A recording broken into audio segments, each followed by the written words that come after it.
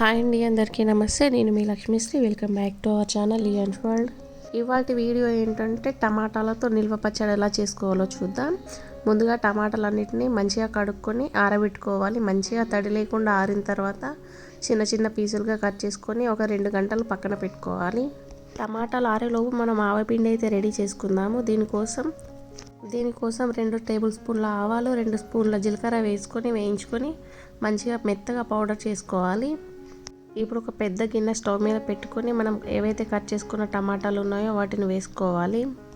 అందులోనే ఒక 150 గ్రామ్స్ చింతపండు, అలాగే 5 వెల్లుల్లిపాయలను ఒలిచి వేసుకోవాలి.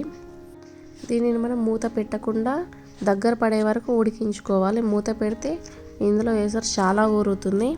ఈ టమాటాలు చింతపండు ఉడికిన కొద్దీ మనకు వాటర్ రిలీజ్ అవుతుంది కదా, ఆ వాటర్ ఏమీ లేనంత వరకు మనం ఉడికించుకోవాలి. సో వీడియో లాస్ట్ వరకు చూడండి. పక్కా కొలతలతో ఎలా చేయాలనో చెప్పాను. ఈ టమాటాల వెయిట్ చెప్పలేదు కదా, ఒక 3 కేజీస్ టమాటాలు అయితే నేను తీసుకున్నాను. వీటి కొలతలు అయితే నేను డిస్క్రిప్షన్ బాక్స్లో పెడతాను, చూడండి.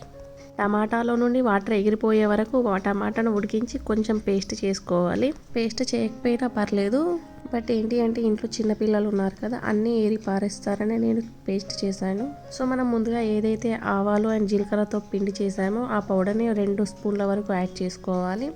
అలాగే 1 స్పూన్ మెంతుల పొడి యాడ్ చేసుకోవాలి. మనం ఎంత క్వాంటిటీ తీసుకున్నామో ఆ క్వాంటిటీకి తగినట్టుగా మనం ఉప్పును తీసుకోవాలి. నాకైతే ఇక్కడ 4 టేబుల్ స్పూన్ల ఉప్పు పట్టింది. సాల్ట్ చూసి వేసుకోండి, తక్కువైతే మనం నెక్స్ట్ మళ్ళీ యాడ్ చేసుకోవచ్చు. ఒక 2 గరిటెలు పచ్చికారం అయితే వేస్తున్నాను. ఇవన్నీ వేసి మంచిగా మిక్స్ చేసుకోవాలి.